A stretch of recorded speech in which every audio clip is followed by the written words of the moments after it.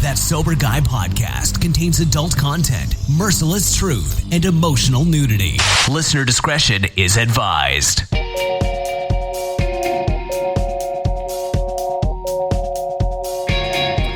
Yo, what's up? Thank you for tuning in today. Thanks to Humans for bringing us in. Thanks to you for supporting the show. I'm Shane Raymer. You're listening to That Sober Guy podcast, and we help people stay sober. We talk about drugs, alcohol, recovery, health and wellness, fitness, other random shit. We also sing sometimes because this is one of my jams right here. Summer. I can never get the words right though. But big love to the homie Robbie and Humans. Check out their music. We have some fun in the process too, because what is recovery without fun? And today we're talking to my buddy Noel Min. Noel's a retired Marine Corps veteran. He served from 98 to 2019, both in Iraq and Afghanistan.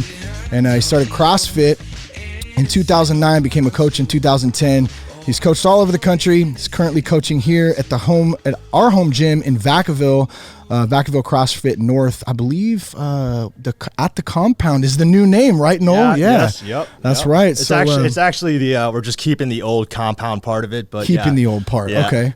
All right. Yeah. So, well, if I haven't mentioned it, I guess we're recording today at the gym. We just had a good workout. Good times always. We're gonna get to Noel in just a minute. We're gonna talk about how he ate the beating heart out of a snake at some point too. So make sure you stay tuned for that. It's gonna be some great combo today. But before we get to him, be sure to check us out at thatsoberguy.com. You can also connect with us on Instagram at real.soberguy and on Twitter at Shane Raymer. I still have no fucking clue how to use Twitter, so Instagram is definitely the better spot. Always try to get back to everybody. Now, finding the right treatment for addiction and mental health illness can be tough. That's why Sober Guys continue to partner with Foundation's Recovery Network. Foundation stays true to their mission. They hold high ethical standards while providing treatment in a nationwide network of residential and outpatient programs. Foundations has built the industry's leading research and outcomes program, and they fulfill each commitment to patients, and most importantly, in addition to the patients, their loved ones as well. Family is always a big part of recovery, and we always got to make sure that we're not forgetting that. So to learn more, you can go to foundationshelp.com/soberguy. That's foundationshelp.com/soberguy, or you can call 833-81-SOBER. That's 833-81-SOBER. You can talk with an admissions coordinator about your treatment options. They can answer any questions for you, and you can get some help there. So thanks to Foundations again for those guys. I think we're going to be out at Moments of Change in Florida also coming up in September. Another live conference. So we'll be doing a bunch of good podcasts and connecting with a bunch of good people out there. So we're looking forward to that. I think you can go to foundationsevents.com if you want to look at how you can get tickets to that event or more information. Noel Min, what's up, man? My best favorite new buddy and coach in CrossFit, man, kicking my ass, keeping me accountable. I appreciate it. How are you? I'm doing really good, man. I'm doing really good. You did awesome today. Thank you. Thank you. Yeah. Thanks, man. It's one of those days where, like, I was really sore yesterday, and then today I came in and I felt a little better because I got to partake in the Mobility 101. Is that a new class? Yeah. We just started it. Something that we wanted to implement throughout the week, just so we could get athletes catch them post-workout. Yeah. Because as everybody knows, we get stronger in our recovery. Yeah, totally. And not in the workout. The workout actually, breaks us down and thrashes us, and it's our ability to adapt and recover from that. That's where we get stronger. Yeah, I'm gonna move that mic over to you. Just okay. you can move it or scoot. There you go. There Perfect. We go. Yeah, okay. You were kind of bouncing off. But right. Yeah, I know that's something that I'm starting to learn a little bit more too. I always thought, well, I need to go like kick my ass, and like I had no clue what I was doing. I played baseball forever, man. So like I never really got into. Like I had a lot of buddies who wrestled and they played football. So there was a lot of weightlifting. I never wrestled. I never played football. It was a lot of more agility stuff and a lot of running, baseball shit. Never lifted. So all this, the weightlifting stuff is still a challenge for me, man. Nice. Yeah.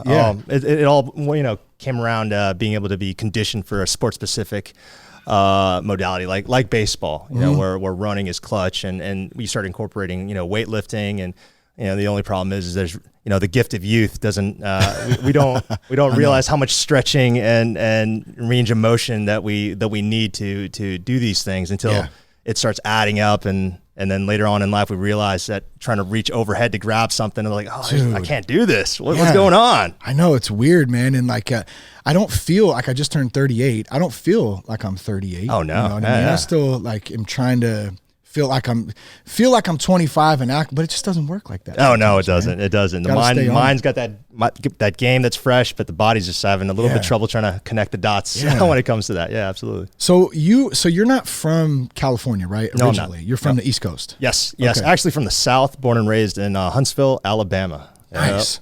Yeah. I've never been to Alabama. I got my buddy Mark Daniels. He's actually supposed to be coming on the podcast soon.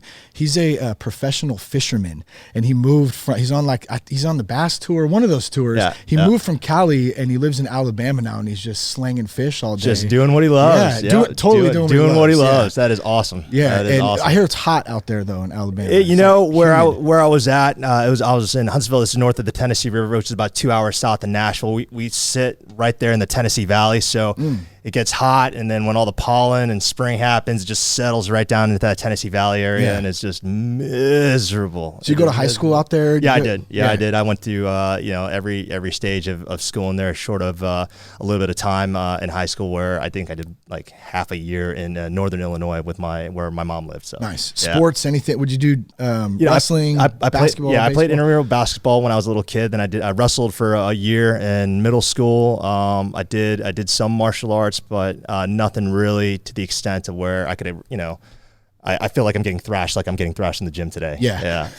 Oh yeah. Did you get beat up today or what? That was the first time I got to work out with you, by the way. I mean, not with you, but you know what I'm saying, in like that class setting, which was cool. Yeah. You were killing it. Oh, thank you very much. It definitely was killing me. How about that?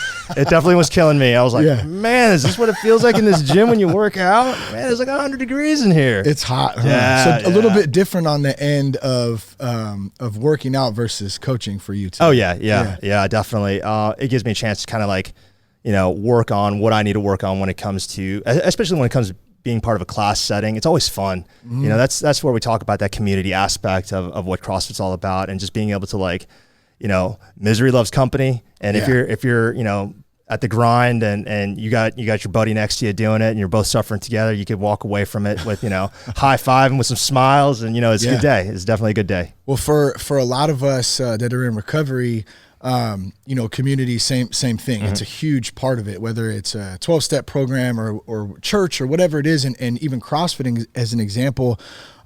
We had a buddy, Nick Rucker, on, I can't remember what episode number it was. Been sober for a few years now. I'm always a firm believer that everyone's path is different, and things that work for me might not work for you, and vice versa. Well, he didn't necessarily do even a 12-step program. His community was CrossFit, and that's how he stays sober, is by, and actually you had mentioned something about sober. There's a sober CrossFit, even like workout program, which I thought was freaking cool too. I didn't know anything about that. Yeah, it's called Sobriety WOD.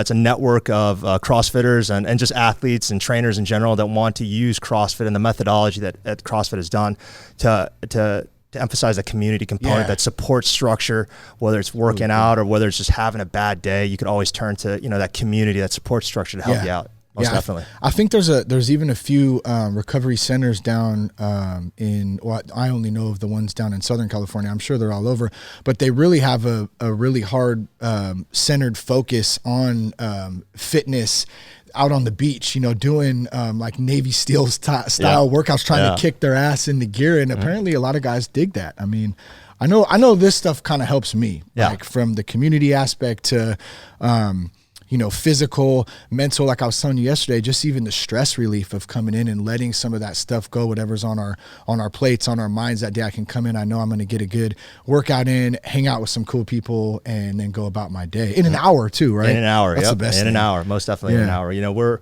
back in the day when we were all hunter-gatherers, we didn't have the problems of bills and things like that. We just had to worry about getting eaten by a leopard. Exactly. Getting eaten by a leopard. Exactly. So, when that fight or flight doesn't have that natural, outlet. Yeah. We tend to just bottle that up, and everybody knows you just can't bottle things like that up. You need an outlet for it, a physical outlet for it. And if that means just coming into a gym, getting some work done for about an hour, by all means, that's what we found has been the biggest improvement in athletes' lives, individuals' lives, that they come into through these doors. That just give us an hour. Just give us an hour, we'll make some magic happen.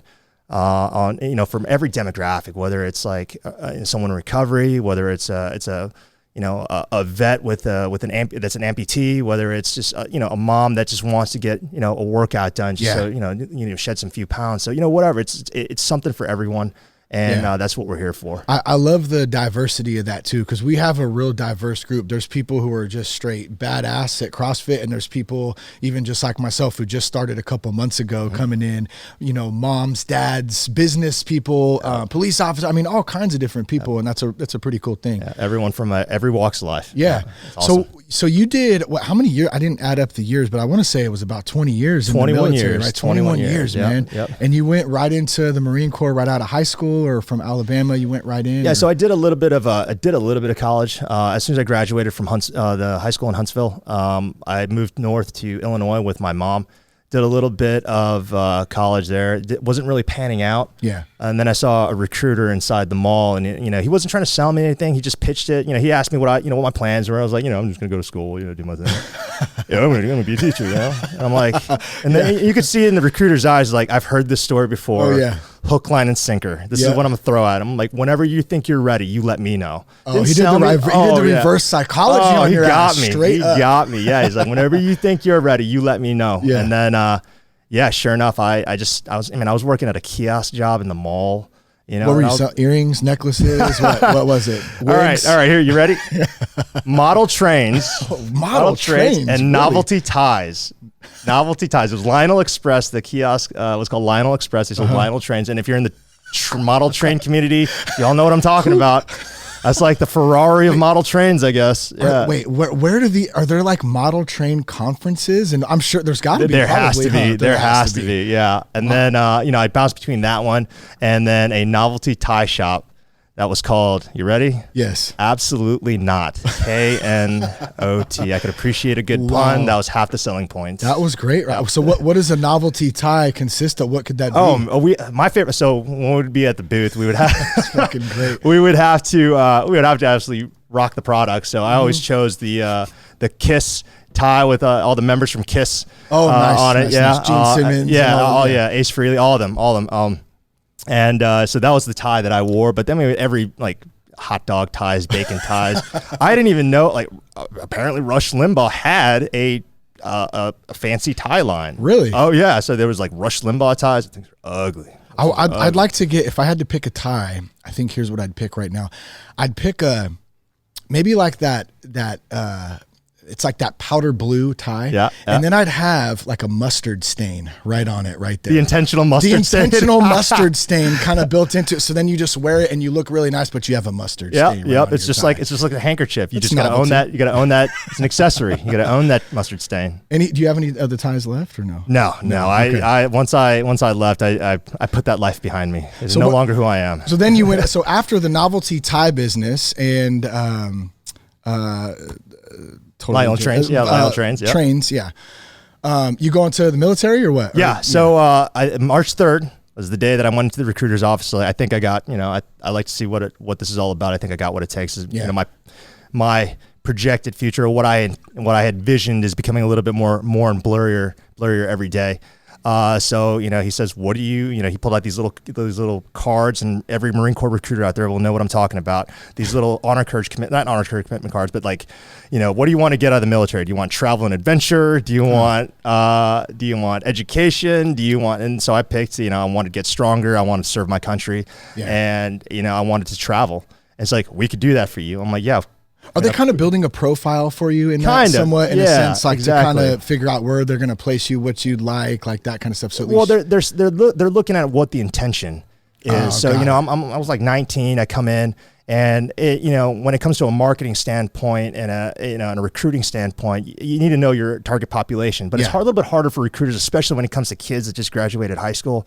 So they kind of set the cards up for you, and then based off of your reaction and what the perceived intention is, then they kind of tailor their selling to you. So And I was like, yeah, okay, cool. And then he started talking about different options, and I had to take my ASVAB, which is that test that kids take it's like a test for the military, and see where you fall in regards to your score and what your quote unquote intelligence score is when it comes to applications. Is that a pretty hard test? When I did it, no, it wasn't. It's probably different now. Yeah, it's different now. Ago, I knew Marines that had to retake because they wanted to go to a different job in the Marine Corps that required a higher score. So they were studying for it, and they're like, this is not what I remember it to be. I'm like, of course not. How many times can you take it?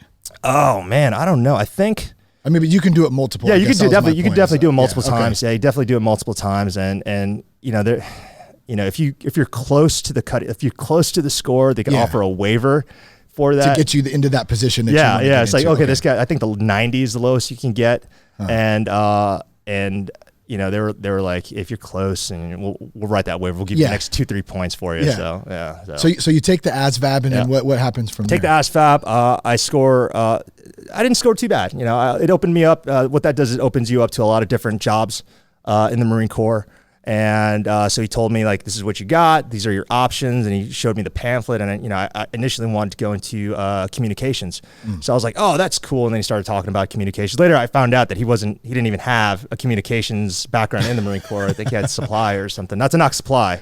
Yeah. But he was just like, in communications, there's a job there called satellite communications. Yeah, you're gonna be on the leading edge of technology. I'm like all starry-eyed. I'm like, yeah, tell me more. You're going to be on the leading edge. Exactly, like straight up from the brochure. So so that's what I went with. And 20 days later, on March 23rd, I found myself on the yellow footprints in San Diego, California, getting screamed at at like 1 a.m. by a drill instructor telling me to get off his bus. And it was just hectic. And it was just hair. Is that in Coronado area? Because we go down to Coronado. It's a little bit north. It's right. So you know where the airport is? Yes. Marine Corps Recruit Depot San Diego is right next to the airport. Okay, which is one of the most depressing things if you're a recruit away from home and you see what we call the freedom birds just fly off. Like, and so while you're out there grinding it out, getting yelled at, and your body's about to fail you, you're watching these people. Oh, exactly. Getting thrashed. Yep. Flying away out of beautiful San Diego. And what is that boot camp like? It's pretty. When I went through '98, a lot of changes have happened since then. Unfortunately, due to some of the incidents that we've seen, but it was pretty intense. There was early days, long hours, and it was just the biggest thing was just the adjustment of now this is my life now. That's what the impression was, and this is my life now. The yelling, it wasn't too bad. It's just them trying to drive home like this teamwork aspect.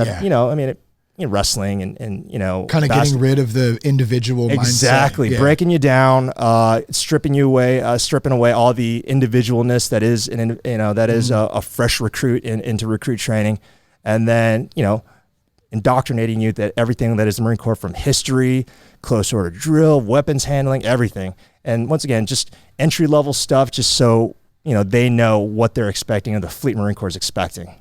Going on from there. They incorporate, or CrossFit has incorporated a lot of the military style training into CrossFit, right? Isn't that kind of where it's been adapted from? Yeah, that's actually how it started. CrossFit originally, one of the sayings originally was, forging elite fitness, and originally designed by, a group of former Navy SEALs, Rory McKernan, Dave Castro, all those guys came up with this program where, the typical chest and tries, back and buys things, while it was getting dudes strong as far as how it applied to what they needed in regards to being operationally functional.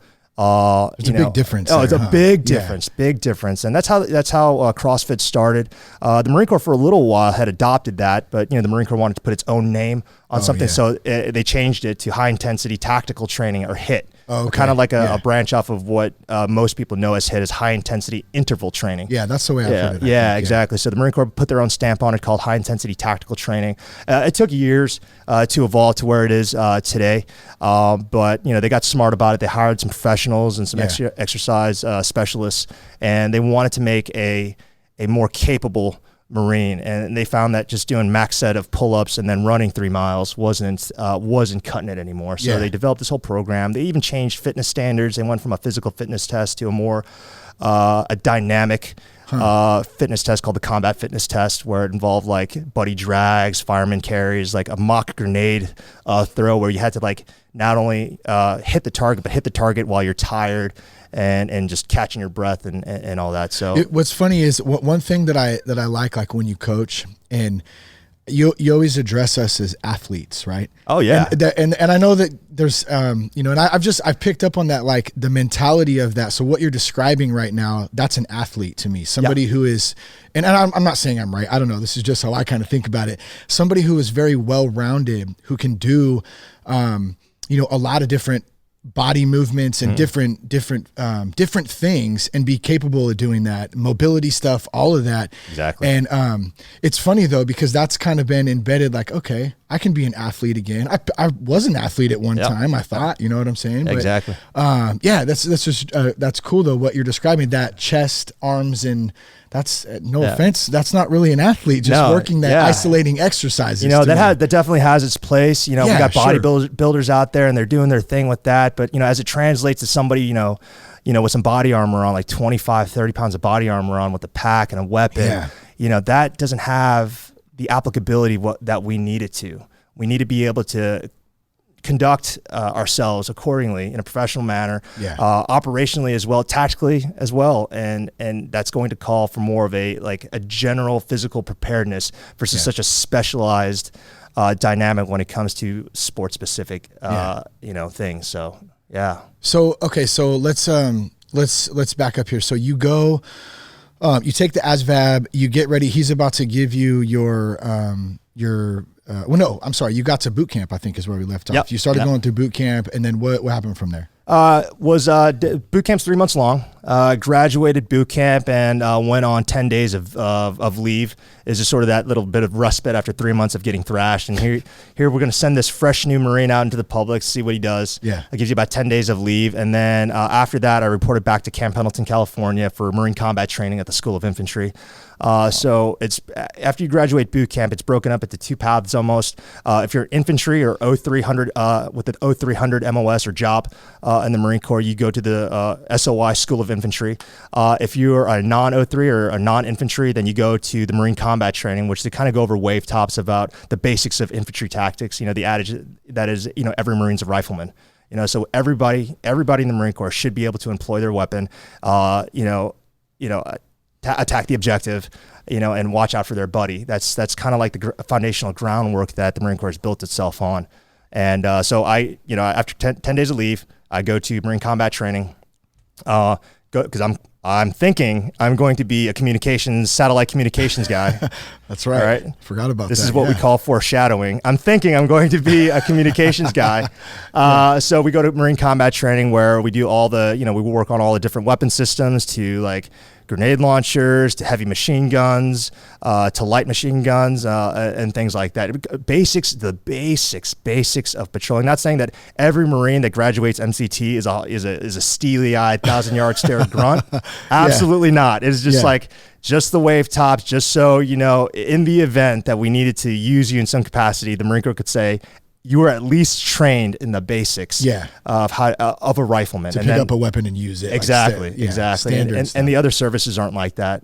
So the Marine Corps is unique in that capacity. Yeah. I got a pocket knife on me. I can use that. I got some knife hands. Dude, you got some knife feet, bro. Grinding into my leg. Oh, there we go. Oh man, that's a whole nother subject.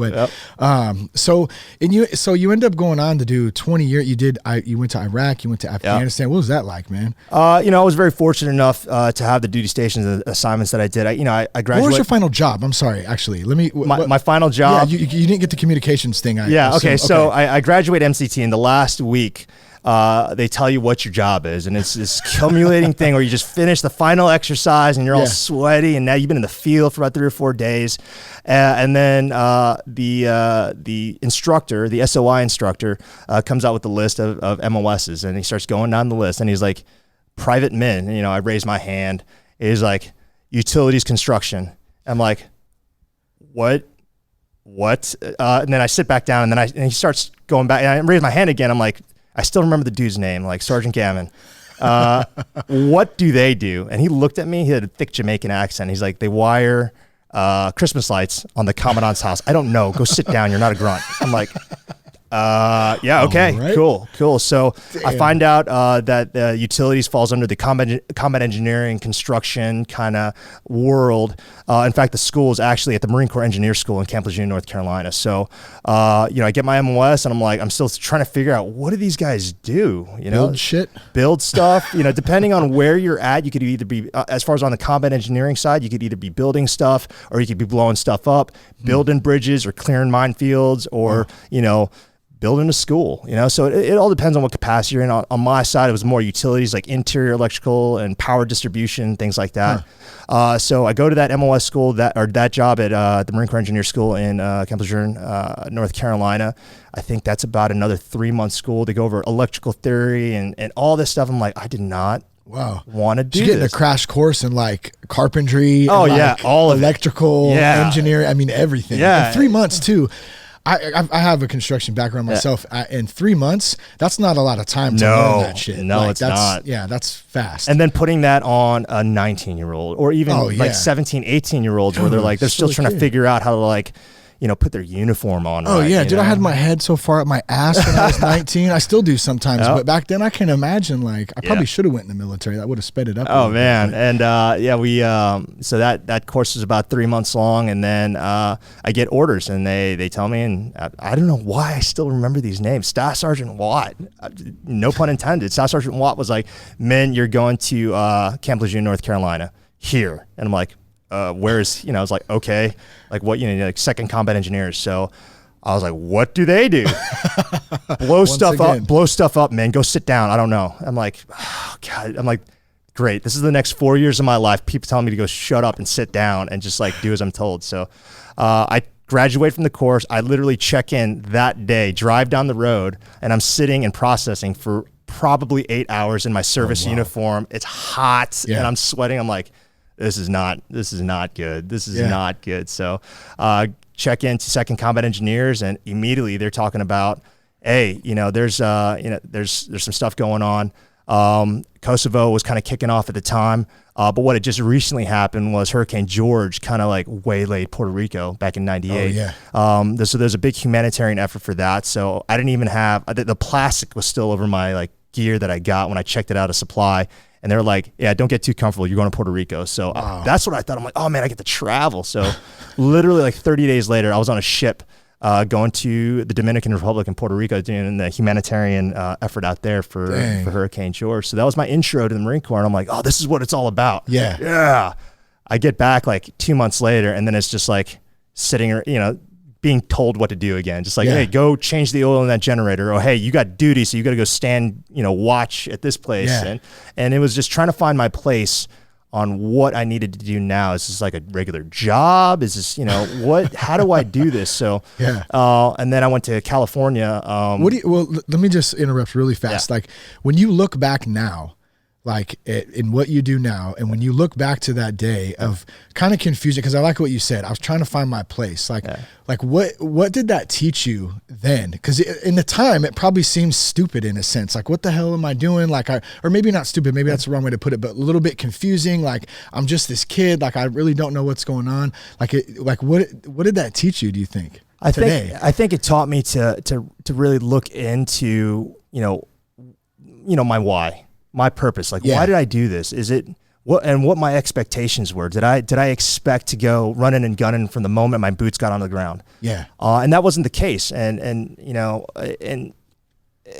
I had to kind of not come to grips with that, but it was hard for me to kind of transition to that because I was there less than 30 days, and here I am on a boat in the middle of the Caribbean. Yeah, and I'm watching. I've never seen the sunset over the Caribbean. And so it's this is awesome. This is what it's all about. And then helping the people right outside of Roosevelt Naval Air Station, Roosevelt Roads in Puerto Rico, helping the villages out in that area. Just getting them power, fresh water. Just delivering stuff to them. Yeah, being of service. Exactly. And seeing how appreciative people are. So that so when I got back, I was like, so what's next? oh, this is what next is next, Min.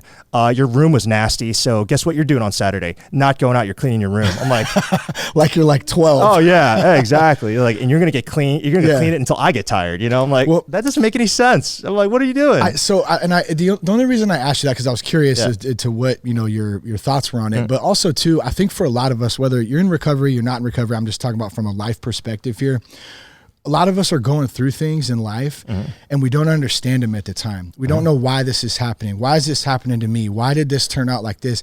And a lot of the time, if I know for me, like if I can learn to just accept where I'm at in that time, and just roll with it, I may figure out later on, that, man, there was a reason I went through that. And now it makes sense later on. So that patience there and kind of being able to endure and go through some of that stuff, I always wanted, growing up and kind of the Marine Corps kind of helped me with this as well, is I always wanted to be of some use. Yeah. So I would always, initiative was never a problem when it came to, things I did in the Marine Corps. And any Marine will tell you, initiative is, and just in life in general, initiative, it plays a lot. It's what it's all about. And so I never had that problem. So I was always asking, what can I do now? Yeah. What, because I want my time I felt that my time is valuable. And if I have the capacity to be able to do something or make a difference, like I'll do that, whether it's, taking somebody's duty or, standing watch for them rather. Just what can I do now? Because, I joined the Marine Corps, and boredom at that time for me, boredom and being a Marine wasn't going hand in hand. I needed to do something. So they'd sent me to 29 Palms, California, which is right outside the Mojave Desert. And I went on a 3-month field exercise out there where it was just like me, a team of, and I was a Lance Corporal then at E3, and a team of guys that weren't my job in the Marine Corps, but I was in charge of making sure that they knew how to employ mobile power generation assets to different sites along in the 29 Palms area. So, I was like, I was kind of nervous. I'm like, that's a big responsibility. Yeah, there are people that are higher ranking than me that I got to sit there and teach them how to do this and do this correctly. Yeah. And, it was an environment where, it was welcomed. It wasn't like, oh, you're a Lance Corporal, you don't know what you're talking about. I was like, oh, hey, Lance Corporal Min. Okay, so we got you here. Tell us what we need to do. Huh. So how I felt as far as, initiative and capacity and what my why was, other Marines had that too. So that was my okay, we're all, that was when it came clear to me, we are all a team here. Yeah, respect. There's one thing, a respect exactly. Factor. If I kept within the boundaries of what my rank was and it was respectful, it was often returned. Yeah. So regardless of what billet or job placement I was in, and here's another name. There's a gentleman there, a senior staff member by the name of Gunner Sergeant Charbonnet. Have you not thought of these names in a long time? No, I haven't. It's funny how when you start talking and sharing stuff, and then all of a sudden you're like, oh, this guy, that guy. That's kind of cool. And then Gunner Charbonnet was like, hey, you have a lot of potential. He was a combat engineer. He was a Gulf War guy.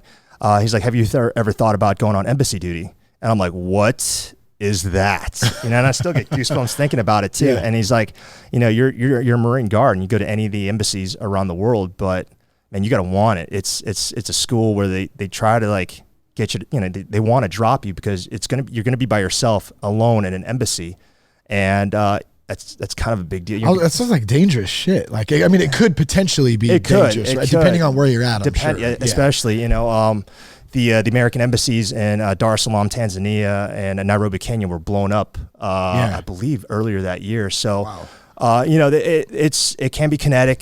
There is a certain level of risk involved with taking on an assignment. That's why the school is really it's pretty intense when it comes to being able to see what you're made of, because you're constantly being evaluated, you're constantly being watched. Because if you and I've told other Marines this that went through this school, if you cannot conduct yourself in this schoolhouse environment, how do we expect you to conduct yourself in an embassy in Ankara, Turkey, or Istanbul? It's how can we trust you? So the school is meant to be pretty, attrition heavy, because they want to see what you're made of. They'll give any reason to drop you, because they don't want to graduate a kid who they think is not ready. They'd rather extend. How old were you at this time? I was 20. when I went on embassy duty. Yeah, I was 20 when I went on embassy duty. Went through the school. The schoolhouse is in Quantico, Virginia. They've changed the name since I've been through. They call it Marine Corps Embassy Security Group, which is in Quantico, which is right outside the FBI Academy.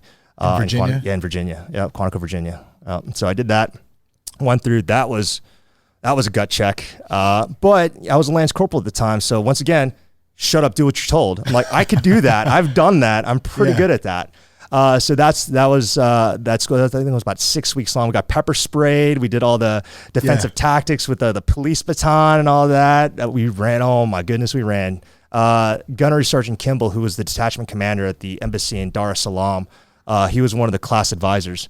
So he was there when the embassy blew up, and he took this like passionately. He's like, I know what Marines are capable of in times of duress. And if I don't feel that you could live up to that standard, then we're not going to graduate you. So he was a runner, and we were like, you try to catch Gunnery Sergeant Kimball. And, so kind of looked up to him in that regard.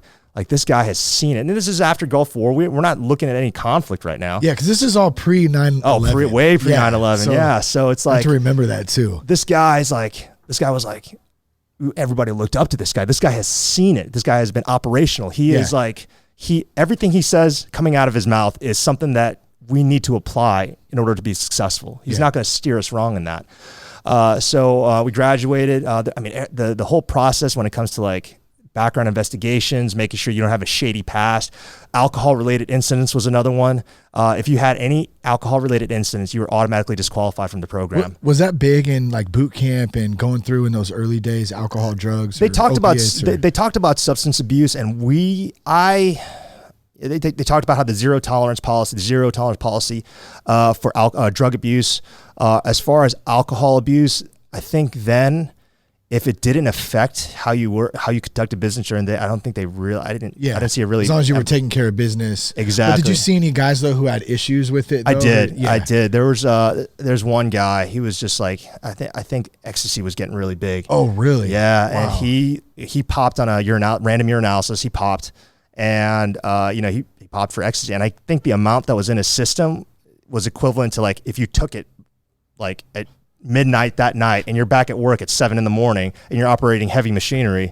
Good Lord. I'm no expert in heavy machinery, but I think you do not need to be under the influence of ecstasy. Like, hey, I'm supposed to be shooting right now, but bro, I just love you, man. Yeah. I just love you. So there was that. Occasionally the command would do, so after every long break over the weekend, whether it was like July 4th or whatever, they would have a urinalysis, a random urinalysis. Yeah. But then one time they did that random, because everyone expects it, like, oh, don't do drugs over the weekend. You know what's going to happen when you come back is a urinalysis. So they did the urinalysis. Then 2 days later, they did another urinalysis. Oh, which was kind of not the regular system. Yeah, exactly. Yeah. So, and then a couple guys popped for marijuana then. Wow. And it was, it was not, it was definitely zero tolerance. And when it came to embassy duty, if you had any incidents, any incidents with the law. So I had to explain why I got a speeding ticket. So they're like, really? In your record, we see 2 speeding tickets. And I had to kind of like articulate that. They know everyone's going to have something for the most part. It's, can you articulate it? Can you say why you did it? And, is there potential to do it again? Yeah. So, I was able to articulate the speeding ticket. And like, man, I had to take a shit really bad. I was trying to get home as fast as I could. I can't shit in public places, man. Sorry. I should have used that. I might have got a little bit more sympathy from it. But I was talking to the instructor at the time, and I was like, Master Sergeant, you know where this place is on Camp Pendleton? He's like, yeah. Well, I was going the speed limit. I was passing a construction vehicle, and on top of that hill, there's a speed trap there, and it caught me passing this construction vehicle. So, completely, I was definitely in the wrong, but it's not going to happen again. Yeah. And he's like, okay, so you could articulate. One, can you speak to a human being without swearing all the time? Because you're going to be placed in a diplomatic environment. Sure. They don't need people to curse every other word. And there were Marines in that course that got dropped because they can't conduct themselves. Exactly. They weren't professional. They couldn't articulate themselves in a social setting without having to curse. Yeah. There was a Marine that got dropped for messy handwriting. Really? Yeah, because every time we stand post, we had to write those logbook entries. Oh, and if those logbook entries, that's when we had to hand jam them. I guess they're on computer now, but when we had to hand jam them, having legible handwriting was something that was required. It's kind of funny though too, because I think from like a leader perspective, and I'm just kind of putting myself in the shoes of someone like, I forgot his name now, what's the guy's name that did all the training and stuff for the embassy? Okay, so actually, I don't even know that matters. Just whoever's analyzing the handwriting thing, right? Yeah. Is it more about it's not probably so much about the handwriting itself, but also an example of sloppiness. If your handwriting is sloppy, there's probably potential that you're going to be sloppy in other areas. Definitely. And it's one of those, like, if this is a requirement for you to graduate this school, legible handwriting, what are you going to do to fix that? Are you going to put in the hours to actually make your handwriting legible? Yeah. Does it mean that much to you to dedicate a couple hours at night on top of everything you got going on to work on your ABCs and capital block letters? And then on top, from a leadership perspective, if you're in a position where you got your team of guys at the school, it's like, if you're a corporal, like, what are you doing to help this Marine? Yeah. Are you just letting him, like, so are you setting up for failure? I mean, you got good handwriting. Why don't you help him out? Yeah. And then it's one of those things where, like, listen, when you get to an embassy, you're going to have a small team of guys. And if you cannot watch out for your guys here in this schoolhouse environment, knowing that everything we throw at you is controlled and is a test. Yeah. What are you saying when this guy is struggling with his handwriting? He's trying to put in the effort, but you as an assistant detachment commander or that corporal, that sergeant, is not helping him out. Yeah. That speaks volumes, because that just bleeds into when you actually graduate and go to your embassy, like the type of person you're going to be when the times get tough, when Marines are having like legitimate issues. What are you going to do? So they look at every aspect, every little thing. You're constantly being evaluated, and it always ties to, if you can't conduct yourself here, how can you conduct yourself out in an embassy by yourself? So where'd you end up? What embassy? Yeah, so when I went through, it was 2 15-month tours. They have since changed it to 3 one-year tours, which is awesome. So my first tour was the American Embassy in Nicosia, Cyprus. I have no idea. Right? Is that in Greece? Yeah, well, so it's south of Turkey, off the coast of Israel. It is it's got a Greek heritage to it, but they're uniquely Cypriot. Just like how there's mainland Japan and then there's Okinawa, Japan, and the Okinawans they're Okinawans. So it's like different. That. So Cypriots they speak Greek. They have their own little twang to their language, but they're uniquely Cypriot. Yeah. Whereas Greeks are uniquely Greek. And it was, when I got there, the island was divided between the northern occupied area, which was controlled by Turkey, and then the southern area, which was Greek colonized. So, and I think it was a time where it was the only capital city in the world where it was divided straight down the middle. I think before that was like Berlin, with the wall. With the wall. Yeah. So they've since, I think in 2008, they opened the border up and people can move freely from the north into the south, which is, as beautiful as the south is, the south area of Cyprus, the north end of the island is just as beautiful because it's been untouched. Really? The UN doesn't recognize, or UN hadn't recognized it. EU doesn't recognize it. It's just northern occupied, and there's sort of this stalemate. NATO's there, just sort of like trying to keep the peace. You got beaches. Oh, beautiful beaches. Yeah, just like crazy stuff. The weather is temperate, just like California, but there is a mountain. There's a mountain range on Cyprus, so during the wintertime, you could be down at the beach getting a suntan, then 2 hours later, be up in the Troodos Mountains where it's snowing. Really? Yeah, 2 hours later. Yeah. And so you did how many months? 15 months. 15 months. Yeah. And then when they picked me up from the airport in Larnaca, I believe, I'm like, this place is beautiful. I'm sitting here. I'm a 20-year-old kid, just went through this embassy school, and I'm sitting here in a foreign country now, where 2-3 years ago I was Lionel Trains. Noel, how can I help you? So, do you like my kiss tie? Exactly. Like, we got many more just like this. Let me show you around my kiosk. I'm like, what is this? So now I'm going up to this like house, and the State Department, they get houses from the State Department where they have to house these Marines. So it's like 10. There were 5 Marines in our detachment. So it's a 5-bedroom house, and what 5-bedroom house is not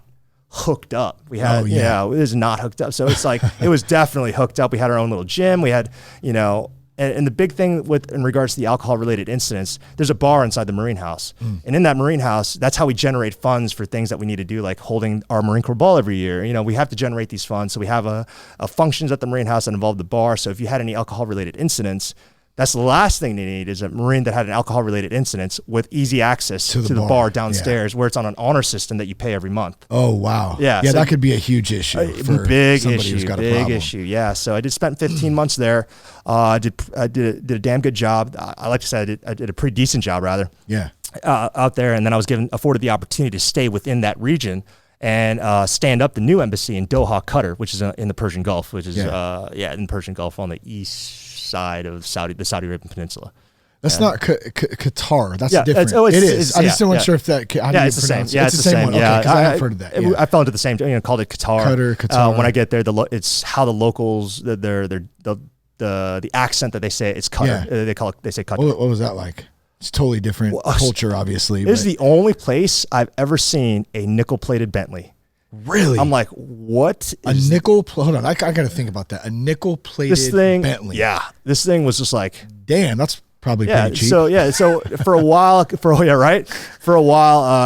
I guess, was just a peninsula that didn't really have anything to offer until they found a whole bunch of natural gas right in the area, and then gajillionaires. Wow. So the Marine House used to be owned by a sheikh who had built it for his wife. She didn't like it, so he built another one next door, where the backyard, I mean, it's in the middle of the desert. We're in the Middle East. It's all sand out there. His backyard was like Central Park. Oh, wow. Like we would come off of mids at 6 a.m., go to sleep, and then we'd have the peacock that he had roaming around in his backyard, like peacock's caw. Okay, you're a rich dude and kind of a badass if you have a pet peacock in your backyard running around. I mean, like, there's grass where there shouldn't be grass. Yeah. And there's a peacock roaming around, waking me up at like 7:30 in the morning. Probably wanted to shoot it, huh? I was just like, what is this? You know, it opened my eyes to a different culture. Yeah. Definitely, Doha and beautiful country. And it was just very metropolitan, like 4 or 5 story malls. Really? Yeah. Like sports cars, like people very, very liberal with how they want to show off their natural gas money. And it was just like, I'm a 21, 22-year-old at this point. I'm like, I will never be driving a nickel-plated Bentley, but it's good to see, one. That one exists is in the event. Family, like all family that kind of own the central. Yeah, or is it one main family, and they put all their members of the family in positions of government, and so it's crazy. It's funny, I can't even remember the name of the family. Yeah, but so when did you go to Thailand? Okay, so fast forward. Or unless there's anything that's cool in between there you want to hit on too. So that's back in Cyprus, that's when 9/11 happened. I come off of the mid shift, and my buddy John was sitting on the couch, and he's like, dude, a plane just hit the tower, man, at World Trade Center. I'm like, what? Like, it's so hard to like conceptualize that and understand that are we being attacked? And sure enough, we turn, like, I look at the TV, and the second plane hits. And I'm like, and then all of a sudden, everybody's cell phone starts going off. Oh, wow. It's like, hey, react. Yeah. They give us the code, and we throw on our gear, get into the into the Suburban, and we haul ass to the embassy. And we were on lockdown, guarding the embassy, all of us, mids or coming off of mids shift or not, for probably the next like 7-8 hours, just trying to figure out what was going on. Yeah. So that probably went for every embassy around the world. We were all everybody was on point and just trying to figure out and assess kind of what the situation was. Exactly. Everyone was on lockdown, which once again was one of the reasons why I definitely chose. I'm like, send me to the Middle East. Send me to Qatar. Let me take a crack at that and see what that was like. So went out there, and then everything started unfolding. You know, we had a lot of dignitaries come out that way too. So I was fortunate enough to do protective details, be part of protective details for like Dick Cheney and Colin Powell when he was the Secretary of State, and Donald Rumsfeld. So I was like, here I am, 20, 21, 22 years old. I'm like, this is all happening. This is it's amazing. And then come time for me to re-enlist, and I'm like, I want to re-enlist. And they sent me they sent me to Camp Pendleton for 1st Marine Division. With the division engineers, and sure enough, I think maybe 30 days later, we're going to Iraq. Damn. So it was 22. What are you, 22? 22, 23, something like that. Damn. In Iraq. In Iraq, it was very surreal. Yeah, I bet. Yeah, it's very like we get there, and it's like the heat was like unbelievable. It's like like melting heat, just hot, dry, humid, hot. Yeah, and So there's a lot of talk about, are we going to do show of force, or, what are we going to go into Iraq? What are we going to do? And then, then we got the word, hey, pack up your stuff. We're crossing the line of departure right now. And sure enough, that we move forward slowly. And then when we get the word to cross the line of departure, I was given the assignment to, I was corporal then, E3, and I was given the assignment to escort a civilian or a Kuwaiti bulldozer to a tank ditch. So there was the border between Kuwait and Iraq. There's this massive tank ditch. And then on the Iraq side, there was a place called Safwan Hill that overlooked that. So the task for me was to escort this bulldozer to this tank ditch so he could, make a path for our forces to go through. And there's 9 different areas where we could have gone, just because we knew we were being observed by the enemy forces on Safwan Hill. So as I was escorting, it was late at night. I was out because we want to do it, obviously, cover of darkness. As I was escorting this bulldozer, I was passing by one of our friendly tanks from First Tank Battalion in 29 Palms, and for whatever reason, and I used the tank because it was my waypoint. Yeah. If I see this tank, I know I need to go this way and take this bulldozer there. So I'm checking in my rearview mirror, the bulldozer, that I'm driving by this tank, using it as waypoint, getting relatively close, but not all up in its way. For whatever reason, the turret was faced towards Kuwait and not Iraq. So as I was passing it, a Marine helicopter, a Cobra, thought it was an enemy force. Oh, shot a Hellfire missile at it. Yeah, it hit the tank, blew it all to shit, and it rocked my Humvee off on 2 wheels, and then I kind of swerved and hit the berm where the bulldozer was supposed to bulldoze it in, and then I looked back behind me. Bulldozer's gone. It's he's like, no, not doing this. And this major who's with communications is like, what just happened? You get on the berm. Yeah. And then I look back and I see the tank. I'm like, everybody in that tank's dead. The tank commander, everybody's dead. I see the flap open up, and then they just start pouring out. They're not on. They just jump out. Yeah. They're not on. They're alive. Okay. Yeah, they're okay. Wow. They're alive.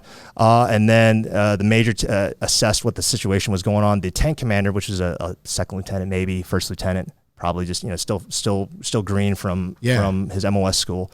I guess when he was staring at whatever electronics, when that blew up in his face, so he was partially blinded by the blast. So I threw him in the back of I quote unquote threw him. I took him to the Humvee, got him in the back, and drove to the Kuwaiti police station. So that was my intro to Iraq welcome, war. Oh yeah, here you go. So Iraq, welcome. So sorry, my phone was ringing there. So first things first, RX Fit Aid. I'm going to try this right now. Thank you for this. Yep. How do you deal with fear in a moment like that? Even before that incident actually happened, just going into that, is that something that in a moment like that, are you just so adrenalined up and just kind of on doing you're in the workflow, you got a job to do, you're going to do it, or is there fear, anxiety there? How do you deal with that? I just I was given the task. I'm like, this bulldozer needs to get this berm because we need to clear this path for our forces to come through. So you just got to escort this tank. So I'm like, okay, there was no indication that we were going to get attacked. There was no indication that we were going to get hit blue on blue with friendly forces. So I was just like, Corporal Min, hey, that's my waypoint.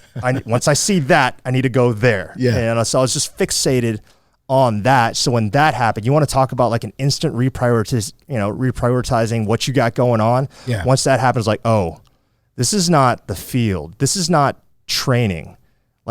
People are going to, this is real. Yeah, this is real. People aren't going to come home from this. So that instantly streamlined everything. Anything that didn't keep me in the moment and paying attention to what I was doing, I had to strip away. So, once I got him and another Marine back to the Kuwaiti police station, I instantly started looking at how my gear is situated or how my truck is situated. How can I be better? How could I have been better at that? And then I just sort of sat, and adrenaline was still running high. I was still trying to figure out what was going on. And, the captain at the time, Mitchell Ball, he was just like, dude, you did good. You did good. Just sort of relax. We're not going to send you back out. We're not going to have you go retrieve it. Just relax and hang out, and you'll be here till the morning. So Welcome. Yeah. Have fun. Glad to have you, Noel. Iraq spring break, 2003. Everybody have fun. The next morning, then First Marine Division saddled up and we crossed the line of departure. And there's a big sign that says "No U.S. forces allowed." I snapped a picture, and here we are driving right through it. Damn. And we were first met once we got into Iraq. We were first met with on Route 1. And those of you who've been understand like the awesomeness that is Route 1. From just charred vehicles and bodies along the side of the road, burning oil wells, and and like the heat. And I thought it was hot as it's hot. Yeah, the heat coming off of burning oil well was just so like. And those are right near the road there as you're driving past, so you could feel that heat coming in. Plus, you're in a vehicle, right, which is hot as. Hot as all get out. They weren't armored at the time; they were softbacks, so they were you could throw a well-placed rock inside. Yeah. So we had Kevlar body armor. We didn't have the plates.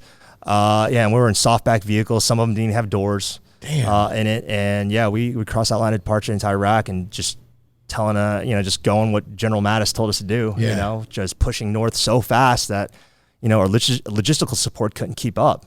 So there, people heard stories like we were on one meal a day. We had to ration our water. And when they're like, you got to ration your water, I'm like, oh no! See, and that's something that for like a civilian like myself, never been in the military, never been in a war, anything like that. Those are the things that you don't really think about. Just the normal day-to-day duties of like eating, taking a leak, brushing your teeth, those types of things. The only time I'll tell you when I do think about it is because I love backpacking. We're taking a trip in just a couple of weeks. That's the only time I'm reminded of how good we have it actually. And then you're out in a situation like that and you're like having to ration food and I have all this gear on. What about water? I'm going to add an extra, 20 pounds because I need to carry enough water so I can survive to get through the night. That's some crazy shit. Got to be careful with the water till you start drinking so much water. Then you got to go to the bathroom. And we're wearing our Chem Bio suits. Yeah. Anyone who's worn those aren't the most friendliest thing to get in and out of. It's got it's like overalls and then the jacket, so it zips up to mid chest. So it's a real task just to take a leak, basically. Our workaround was that one of the Marines brought Depends adult diapers. And really? He's like smart. he's a motor transport guy. He's like he's long. We can't stop on these long convoys. So I knew that. He's like kind of new. Yeah. So I just bought a whole bunch of adult diapers. I'm like, so what are you gonna do? You're just gonna put it on? He's like, well, I'm gonna put it on because I can't stop to take a leak. I'm like, can I get one? I'm like, that's stupid. Can I get one? Did he give you one? Oh yeah, he gave me one. What is it like to piss your pants in an adult diaper? You gotta be conscious about it. You gotta be like, you're sitting shotgun, and you're like, I gotta go pee really bad. Yeah. But you've been so trained not to piss yourself. Totally. And you're like, you're wincing. You're like, you're trying to force it. There's something we take advantage of when we're just got to take a leak and we're just let loose.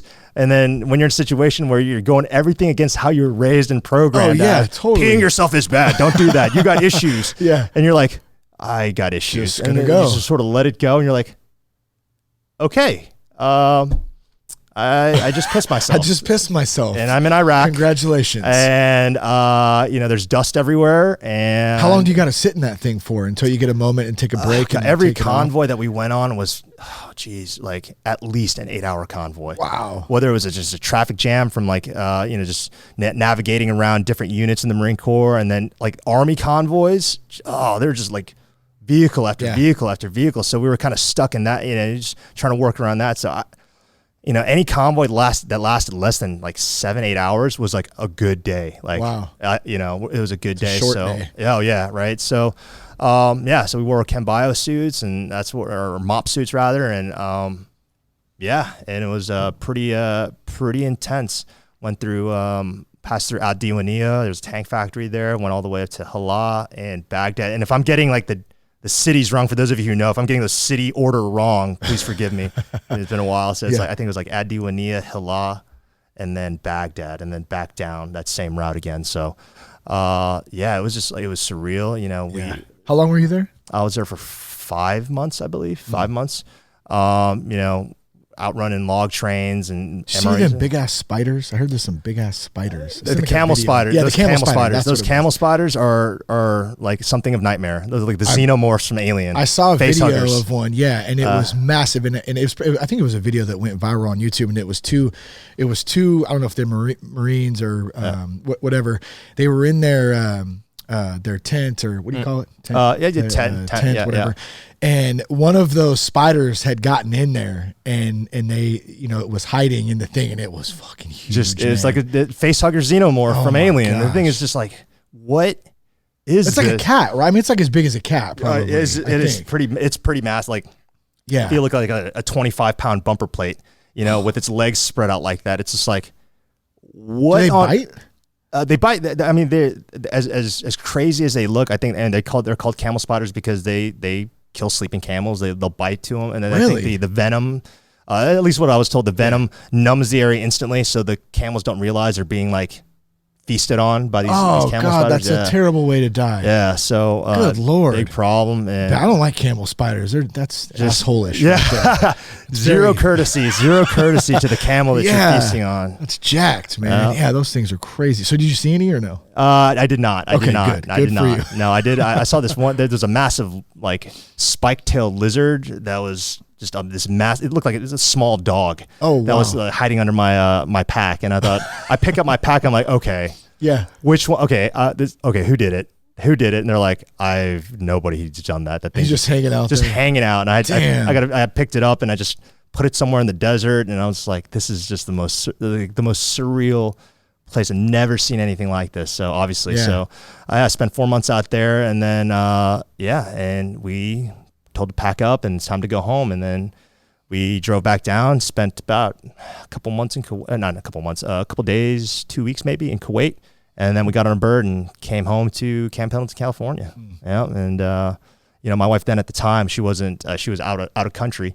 And so I get off the bus and just me and this other guy look at each other. We have no family there. And we just sort of look at each other. We're like, all right, you want to go to Applebee's or something?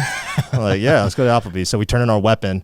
And then, we catch a taxi because Uber wasn't around then. We catch a taxi and we didn't have cars. Yeah. Right. We catch a taxi to Applebee's out in town.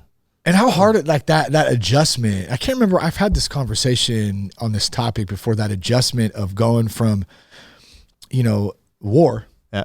And then coming back into this everyday environment that we all take for granted on the daily as civilians, I think. I mean, I know I do. I don't think about this stuff all the time. And, we're just going about our bit, going to Applebee's. Yeah. I'm going to go, run to the gym, got to go to work. Yeah. It's crazy. I was just, still young. And, I wanted to, I think I was just relieved that I was back home and I had things like hot water, and hot running water, and not having to take a shower out of a bucket, waiting for like water jugs to warm up throughout the heat of the sun, and then have my bucket bath later that evening as a treat to myself. Yeah. So just taking advantage and being grateful for that. Even today, my wife Mabel was like, why are you in the shower so long? I'm like, I will never take advantage of hot water ever again, because it's just one of those things where it's like, it feels good. It's like a staple of civilization. Yeah. I love, and I don't mean to sound cliche or cheesy and shit, and I know it does a little bit, but it's the truth for me. Like, that gratitude, the attitude of gratitude on the daily. Like, let me just wake up and put my feet on the floor. Yep.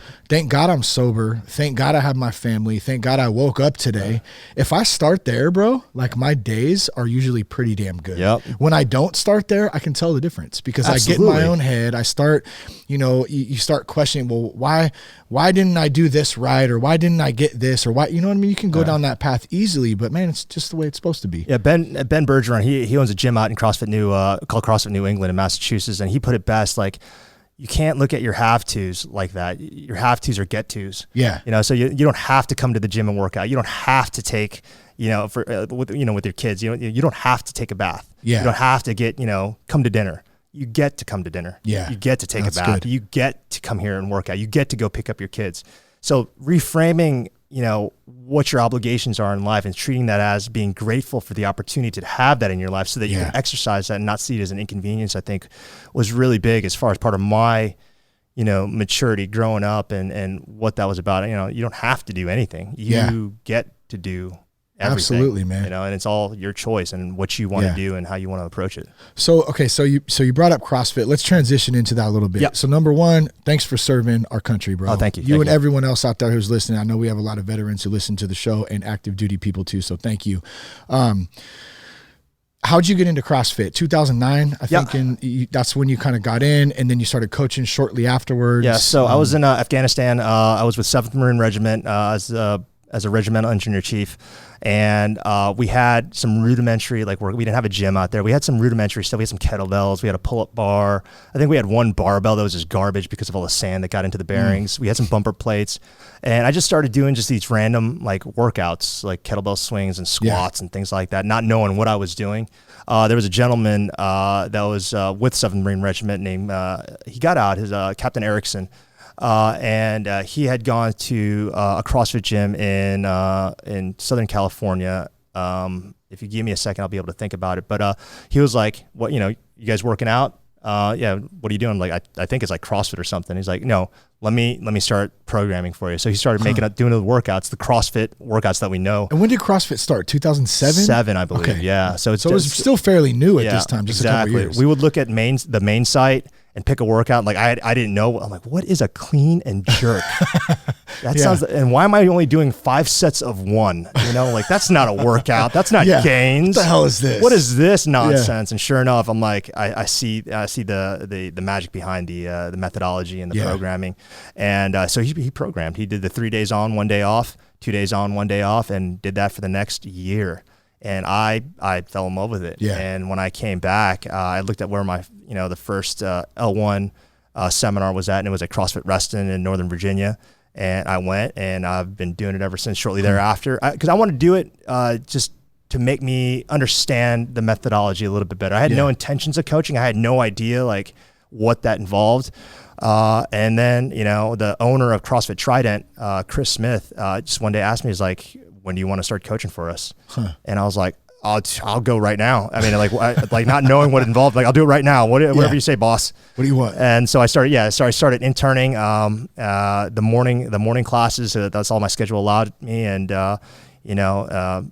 Chad, if you're out there listening, man, everything I do is pretty much ripped from how you conduct a class. So that's cool. Yeah, it's my mentor between Chris and Andrew, the owners of Trident, and then Karen Angelis and Chad Siri. They're the ones that I just like saw how they conducted and business, and I loved it. And Chris and Andrew were headquarters seminar staff members, so they would go around every weekend to do these level 1 seminars. So everything that I learned as far as how to conduct yourself as a coach, on the floor, I learned it straight from the horse's mouth. So nice. I attribute my success as what little success I've gained as a coach to everything that they put in me. They believed in me. Yeah.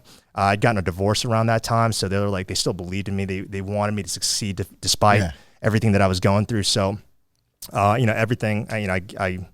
My professional career as a coach, is all attributed to them and the people that have benefited from me, from coaching. You could trace that all the way back to Chris saying, "When do you want to start coaching for us?" Yeah, that's good. And just to compliment you, man, you're definitely a professional at what you do. Because you can be I shouldn't say anyone can be a coach, but you can be a coach and you can coach and stuff too. But this element of professionalism and then intertwining business into that also. I think it goes beyond just CrossFit. It's really into anything. There's definitely a balance and some sort of science to it. And if you don't kind of have every little piece of it, it doesn't work well. Oh, yeah. You know what I mean? And people pick up on that kind of stuff. Like when I first, the first couple of sessions we did, I picked up on it very fast. Like this dude's legit. Like he's a pro at what he does. Like he knows what he's doing. He's very good with the people. You're funny. Like you crack some jokes. It's always funny too. I always say, "Man, that didn't work very well 5 a.m. this morning. They were a little rough, man." You just keep trying it out as you go. But I mean, it's fun. It's like having a 1 hour set. I got to cover some stuff. Definitely like the workouts, some warm up stuff. But anything in between, all the filler stuff, is all on the coach's personality and how they want to conduct the class and be more personable and make that hour of the athlete's day the best hour. Yeah. So, but there are some times, like at 5 a.m, I'll crack a joke and everyone will look at me like, "Shut up," and just tell us what we need to do. Yeah. Whereas, I got to try something different for the 6 a.m. and the 9 a.m. And it's always been like that. Like whatever I say does not work. Cracking jokes. It's keeping different. It live. Definitely keeping it Adjusting. live. Adjusting. It's what is that? Like 4 or 5 1 hour sets where I could develop new material every single time. I'm like, oh man, you guys are killing me, killing me. Cool, man. But no, it's a good time. I started coaching then, and then once I moved to Okinawa, Japan, Started coaching at two different gyms out there two different gyms, CrossFit Bagus and CrossFit Habu.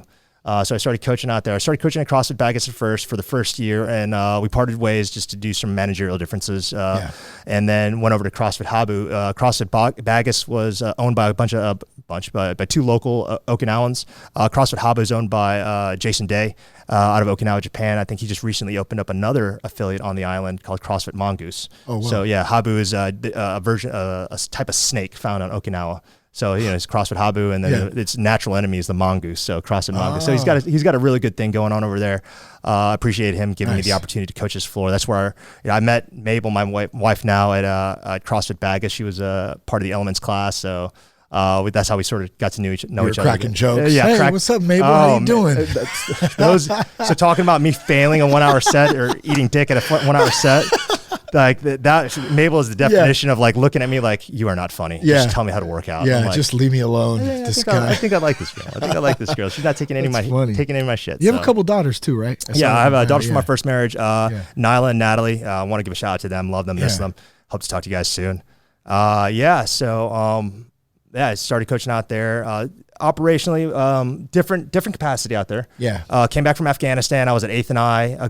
When I came back from Afghanistan, I was talking to the monitor, who's the guy that tells you where to go, and I was like, "Hey, Master, I'm not gonna lie, I'm kind of burnt out." And I was like, "I spent a year out here. I'm like, I need something different." He's like, "Well, what do you want?" I'm like, "Give me like base maintenance at MCRD San Diego. Back to San Diego. I want to go back to the West Coast." And he's like, "I just gave that one up." I'm like, "How about Hawaii?" No, that guy's not going to rotate anytime soon. I'm like, "Well, what do you got?" And he's like, "How about base maintenance in North Carolina?" I'm like, "I left North Carolina. I do not want to go back." Yeah. And how about like Washington D.C. at 8th and I? And I'm like, "Yeah, okay, I'll go there." And so 8th and I was a ceremonial unit in D.C.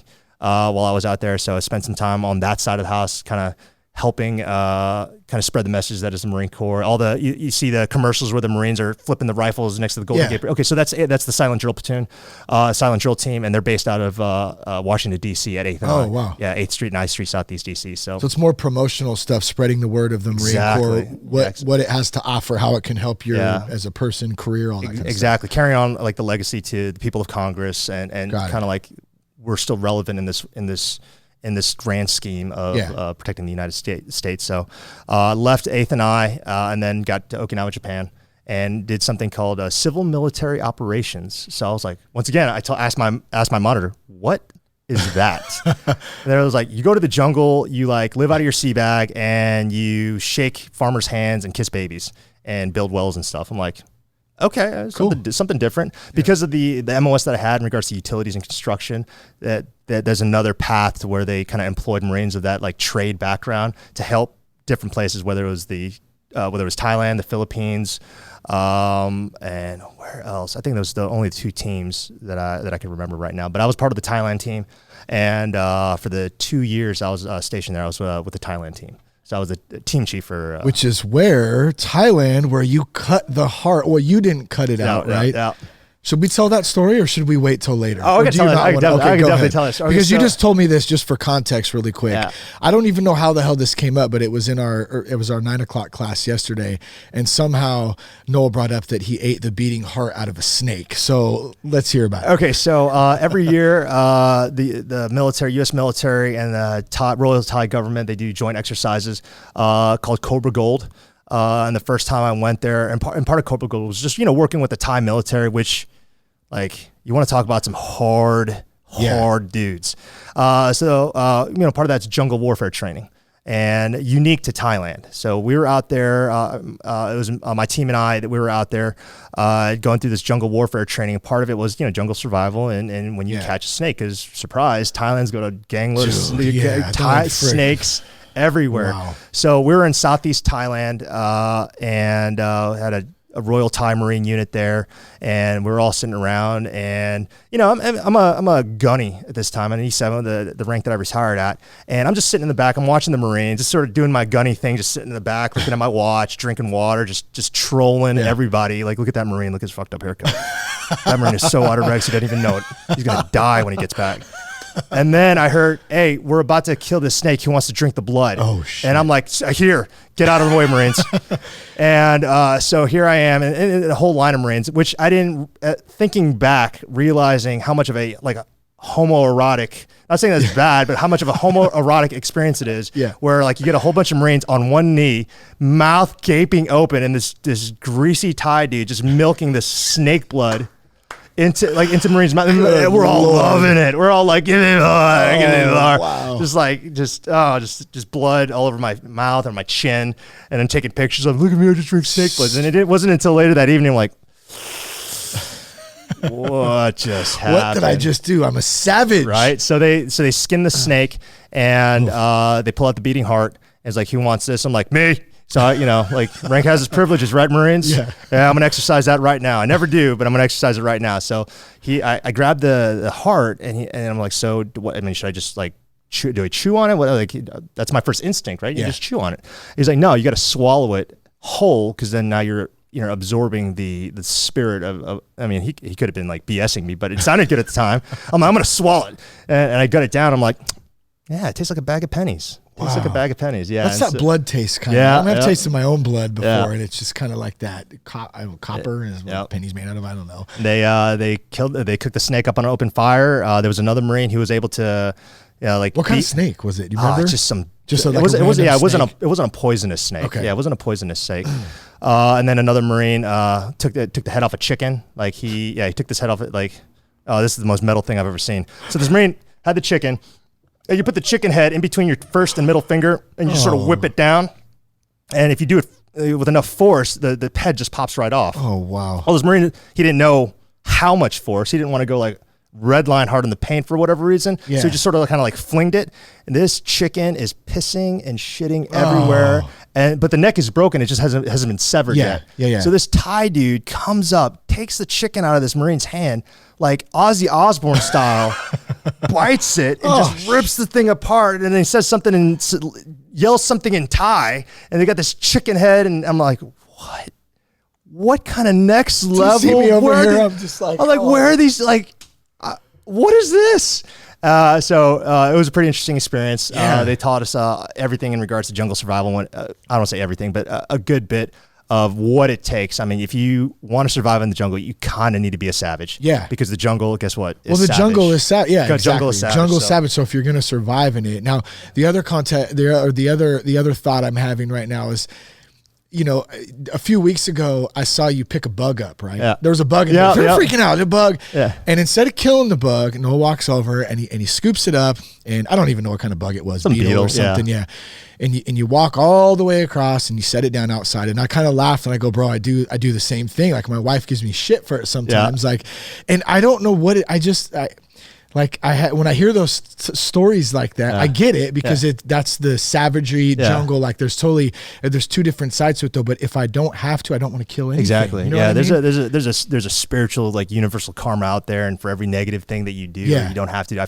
That's my belief, is that we all have this spiritual karma, and if we don't need to like do something or end something's life, why? That just. You're going to get that back. It's going to reverberate through time, and it's going to come back at you in some form, in some way, just because that's how the universe works. There's a balance between, everything that you do. The universe has done a really good job of keeping balance. And that's why we're here. And, if you don't need to, kill something, then I'm like, no.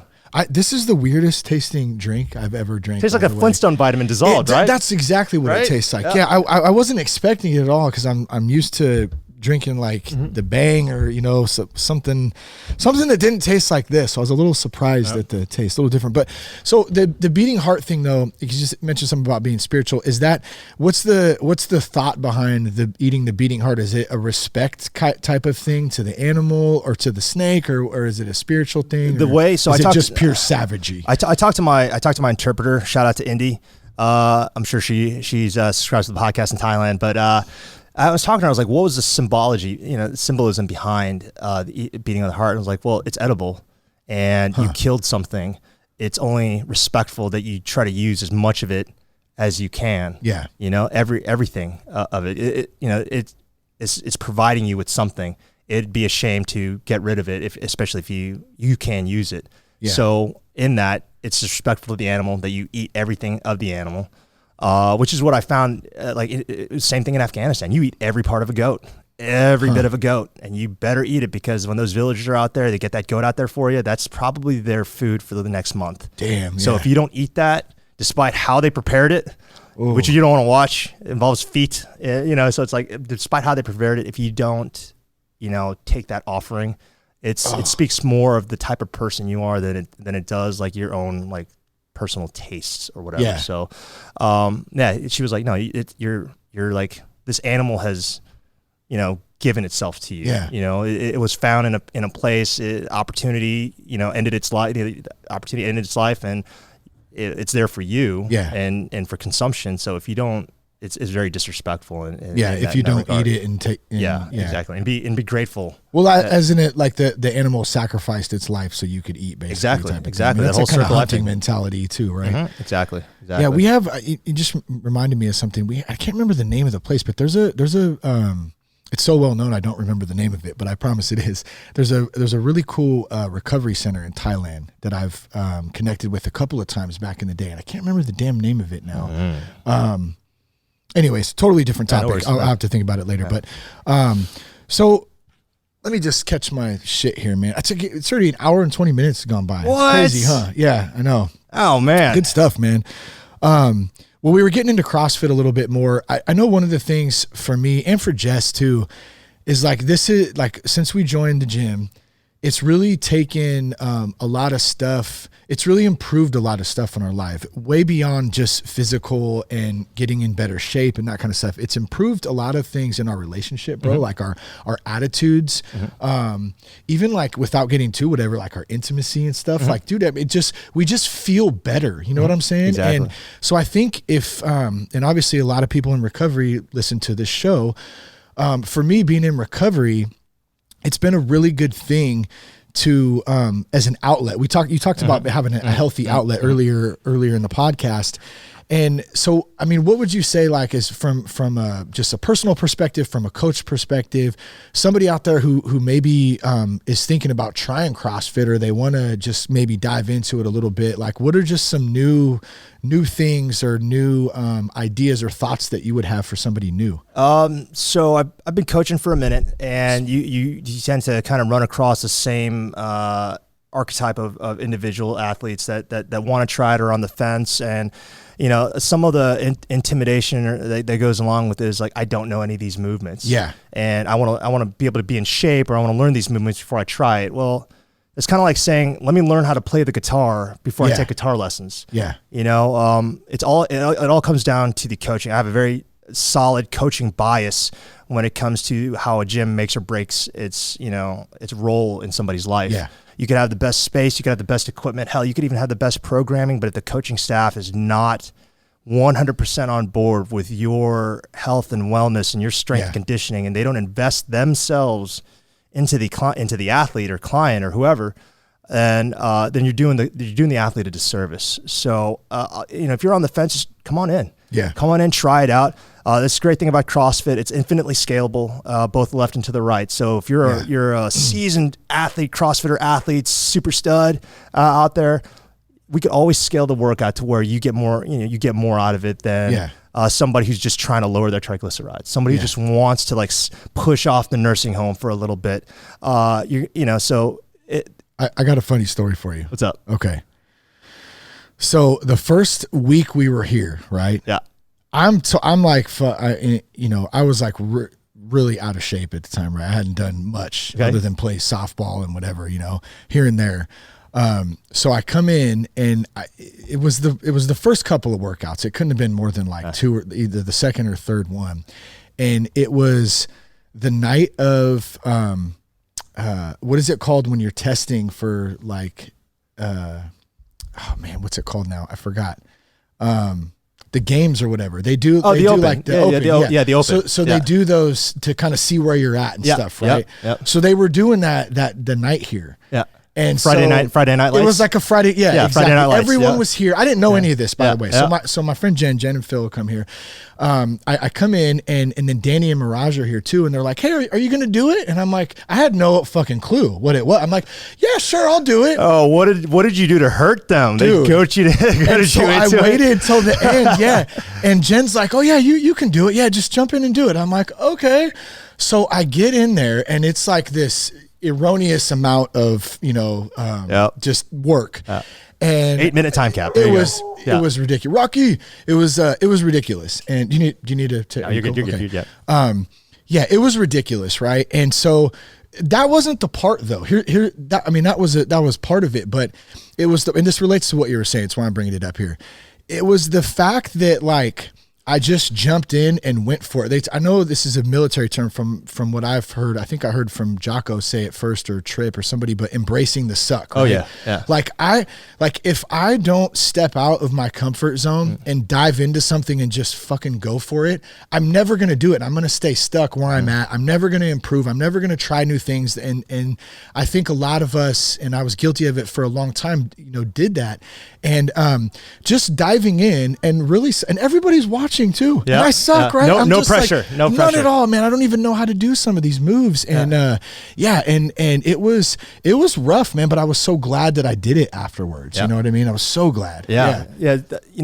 A sword or a knife or a blade can only be a blade as long as it's been tempered. Yeah. That's good. And it's in that adversity that we find out who we truly are. Yeah. And how we react. And I think it's introspective. It's a learning process between being faced with this controlled adversity. This is what we provide athletes at this gym, is this controlled adversity, to be able to find that definition, be able to be tempered and come out on the other side just a better person. It's not necessarily focused on being a better athlete, just a better person in general, because we find out so much of what happens when we don't want to work out and we're put through these awkward movements and it's hot and when we come out on the other side smiling, high-fiving, injury-free, and just like, this is what it's about. I could grind through this.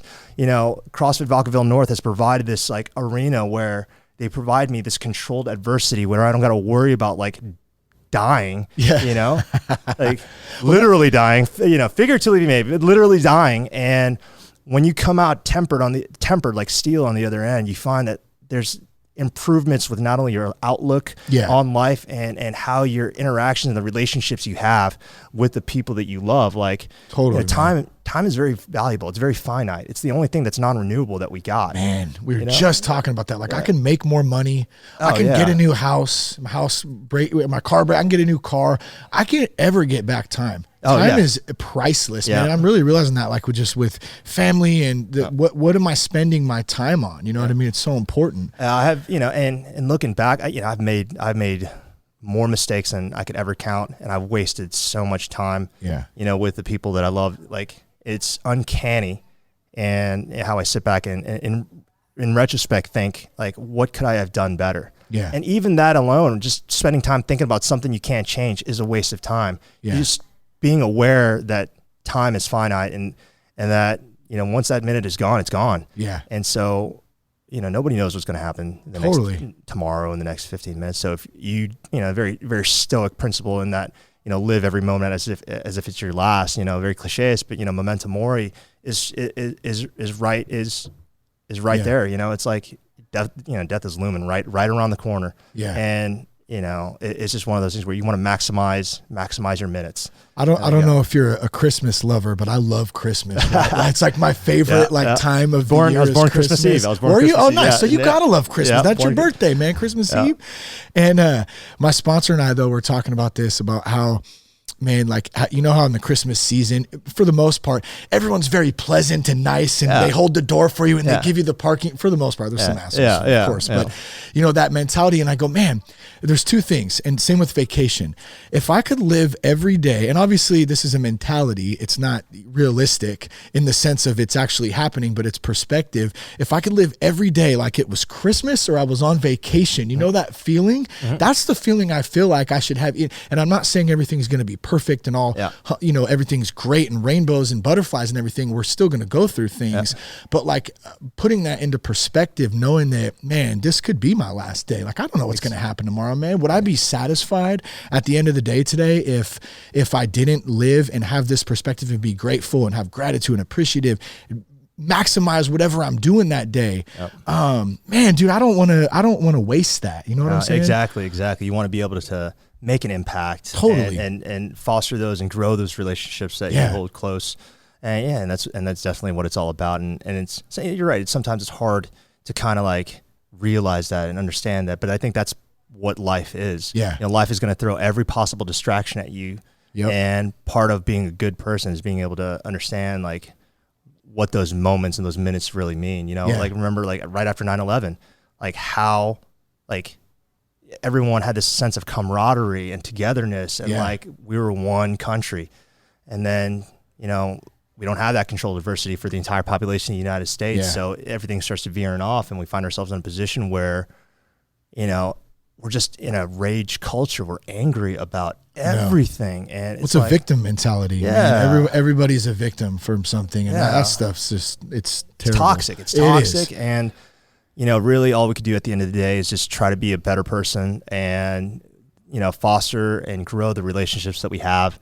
And just not only make ourselves better, but make other people better, especially if we have the capacity and the willingness to do it. If we can do that, let's make people better. Because, and reaching out and showing people a way that's healthy. And we involve the community aspect of it, and we success and can be gauged in high fives and smiles and how you feel, and not necessarily about like reps or how much weight you pulled or whatever. That's not being strong and lifting weight are two totally different things. So it's all about doing that and understanding that, and as a trainer, being able to provide a safe, encouraging environment for athletes to express themselves and how they move. So if we could provide that, and we could have you express, because that's, there's a Bruce Lee quote, like music, our movement is the music of our souls made visible. So that's what I see. I see people going here, it's hot. It's a lot of weight, it's running. Who wants to run? So it's like we're providing this atmosphere where we're going to throw this at you. And you're going to be all right when you come out on the other side. Trust me. It's a good atmosphere too, because I know there's been quite a few times I have a big issue, like my mobility issues, and I'm still like I mentioned earlier on, I didn't do a lot of weight training. So a lot of the like more, I don't know, what do you call just more like fitness related stuff, conditioning stuff. Conditioning, a lot of the conditioning, like that stuff is not an issue for me. Like I feel like I'm pretty decent at it. And I mean, I'm still learning this stuff, of course, too, but a lot of the weightlifting stuff is really tough for me, especially with my shoulder stuff. There's been a few days where not lately, but definitely in the first couple of months where I was like, why am I even doing this? Like, this sucks. Like I start getting the can't mentality. I can't do this. I can't even do that. I should just not do it. You know what I mean? But I never felt like I was felt supported here. And still continue to do, which is important no matter what, gym you go to, anywhere, or church you go to, or recovery meeting, or whatever the hell it is. That community aspect is huge, man. Absolutely. When you come in, we understand that every athlete's coming in with a different story. And part of being a good coach is knowing that story and being empathetic of that story. Especially when we come to the adaptive athletes community, I can't tell an athlete to put weight overhead if he's, a below the elbow amputee. I can't tell an athlete to go squat below parallel if he's a bilateral below the knee amputee. I can't do that. So understanding what the capacity, like what the capabilities are of every athlete that comes through, and letting them know is like, we could scale any workout, but we just can't scale your intensity. That's where we find the adaptation, and that's how we get better, is applying the intensity, whether it's just doing medicine ball squats versus a wall ball. If you apply the amount of intensity, you're going to get the adaptation that your body, deep down really wants and craves. So. Well, one of the big things I would hear too when we first started, especially was, and this is like that cliche classic line, well, don't get hurt. A lot of people get hurt, and people get hurt at CrossFit. People get hurt at doing anything, right? Yep. But so I think that's kind of this. It's one of those things that people just say, I think, because it's part of the kind of the CrossFit thing. Don't get hurt, whatever.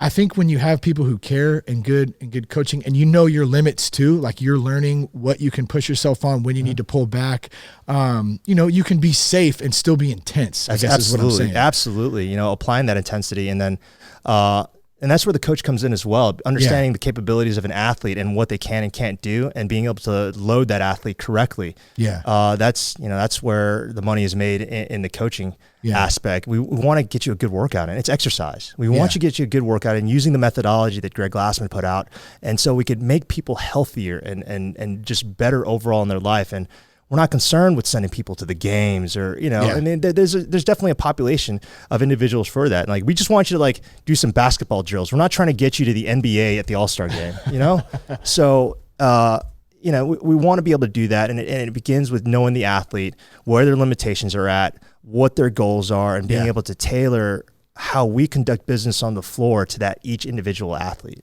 so. I was trying to find the quote of Kenny Powers. Have you watched Eastbound and Down before? No, I haven't. Dude, one of the best shows ever. I think there's 3 or 4 seasons of it, but he has a line in there, and you just reminded me when you said exercise.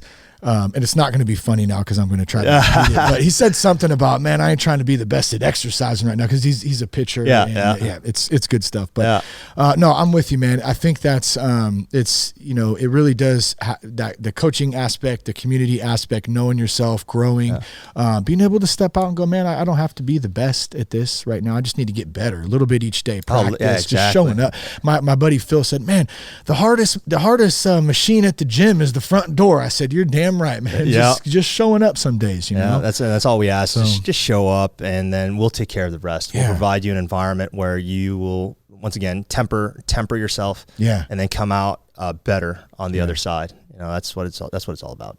Yeah, it's been fun, man. We didn't get to leopards, but maybe we'll do it again sometime. Leopards. No shortage of leopard stories. Yeah, I saw that. So you guys go on. What's the Instagram handle for CrossFit? CrossFit_VVN. CrossFit_VVN. I'll put it in the show notes too, but you guys posted a picture of the leopard jumping on this dude's back or neck that was just crazy. I had to look at it like 6 times and go, is that real? It looks pretty damn real. So I received, I went through the mobility course when it was CrossFit Mobility with Kelly Starrett at Trident CrossFit a while ago. And then just within the last couple of years, did the Mobility 101 course. So Kelly Starrett owns the gym San Francisco CrossFit here in the Bay Area. And his thing is, a leopard doesn't sit and stretch before it gets a meal. It is ready to go at any given moment. Yeah. And we should be like that. And that's where that whole leopard euphemism comes in, because we want to be that supple leopard where it's like silk over steel springs, and being able to pounce and attack. So every time when I talk about the Mobility 101 course that we have every day, I always want to let people know this is what we're going to focus on based off of what the programming that we've had. And it's like, if we're focusing on neck, Google leopard attacks man in neck. And so it's the supple leopard attacking, and I can't believe Google has a picture of a leopard attacking some poor Indian man and biting his neck off. Did you see in the background too? There's 3 dudes, and they're leaning on a fence watching, like it's like a movie or I was like, oh, those dudes are just watching, like it just happens every day. I mean, maybe it does. I don't know, but I thought that was interesting. Then the one I posted yesterday was a leopard pulling some dude's pant leg where his butt's exposed. So that's why we attacked the glutes today, because that was a leopard attacks butt. And then I'm like, that's the first picture that pops out. I'm like, what is going on in India where people have to genuinely worry about leopard attacks and then take pictures and put them on the Google? Yeah. I'm like, it sucks for the people in India, but it's providing me with a great bit of content to be able to push out. Yeah. So I'm like, hey, people, we're going to work on our, leg mobility. And then there's a picture of a leopard biting some dude's leg off. I'm like, or the bison that flipped. That was new news too, because I saw that pop up on Yahoo or something. So just as a disclaimer, once I found out that the 9-year-old girl was okay, And then that was like, okay, now I could kind of like use this as a meme, as a gift. Totally. And everybody knows that feeling. Yeah, everybody knows that feeling where they crush it on a Monday, and for some reason you're not sore on Tuesday, and then out of nowhere, like a bison enraged will come out of nowhere. Your soreness will hit you Wednesday morning when you wake up, and you're like, that's exactly what it was. Yeah. I had that just this last week. I was just super sore, but the mobility stuff has been huge, and that's the other thing I like is this, like you said earlier on, it's not so much the workout, it's the recovery is where you're going to make your gains, where you're going to really, become that full athlete, I guess. And the athlete who could recover the most and the fastest will always be the athlete that will always be on top. I think I found this quote real quick. Let's see if this is it. Hopefully YouTube doesn't mess with me for playing it. Something you need to know about, Kenny. You're not the only athlete here at Jeff Davis. I happen to be training for a triathlon right now, so doing a lot of running and cycling, swimming. Well, you know all about that. No, actually, I don't. I play real sports. Not trying to be the best at exercising. One of the best. Thank you, man, Kenny Powers. Yes. Thank you, Kenny Powers. And with the CrossFit Games right around the corner, that would be we could have Kenny Powers. That'd be awesome. You got to see it. Eastbound and Down, man. I think it's a HBO. Originally, it was on HBO. Yeah, what I noticed about that actor, he plays the same guy in every movie. Like in Tropic Thunder, it's like the same guy in Tropic Thunder. I forgot his name. Danny something. Danny McBride. Danny McBride. There you go. Yeah. And the Fit Foot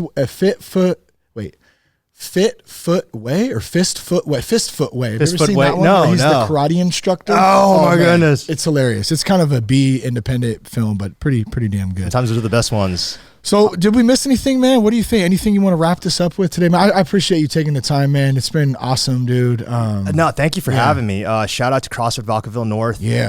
For providing me this opportunity to like impact people's lives. Shout out to my wife, Mabel. And my two daughters, Nyla and Natalie. Hope to see you guys soon. And if you have any questions, come on out. We're, just put us in the Google. We're at 377 Vaca Valley Parkway here in Vacaville. Just hit us up. Come on in. You'll feel welcome. And then we'll get you sweating, get you a good workout in, and crack some jokes. Yeah, good stuff, man. Do you got any personal? Do you have a personal Instagram you want to throw out or anything? Okay, stick with. And I'll put those links in the show notes, guys. And Noel, thanks again, man. And thanks to CrossFit Vacaville North. Big love to all our coaches, our members here, the community. Thanks for letting us do the podcast in the gym today. And like I'd mentioned, man, this stuff's been a game changer for not only Jess and I, but I mean really our family. Just being a part of the community and trying to improve ourselves. So I'd encourage you guys out there too. If you're not in any type of fitness thing, and especially if you're in recovery, you're trying to do it without that, man. Even if it's just walking, just waking up and walking your dog for 15, 20 minutes, getting a little meditation session in, getting some prayer in there, just taking some time for yourself. It's such a good way to start the day. So I really want to encourage everyone else out there to do that. Check us out at go ahead, Noel. And if you're an adaptive athlete out there, whether you're a vet or not, come on in, man. We got an excellent staff, and we're able to get you moving and help you, give you that controlled adversity and get you moving again. So adaptive athletes out there, the veteran community or not, come on out, and we'll be able to make something happen, and you'll be part of an awesome community here in the Northern California area. Yeah, good stuff, man. Thanks again. Check us out at thatsoberguy.com. You can connect with us on Instagram at realthatsoberguy and at Shane Raymer on Twitter. Thanks to Foundations Recovery Network. Thanks to Humans. Robbie, what's up, my homie? Hope you're doing well. Peace, love, respect. Keep your blood clean. To keep my head on straight, I've been trying to keep my head on straight. I've been trying to keep my head on straight. You still say that I don't know anything about you. Oh, I don't know anything about you, but I know what you do in the back room. And you still say that I don't know anything about you. Oh, I don't know anything about you, but I know what you do in the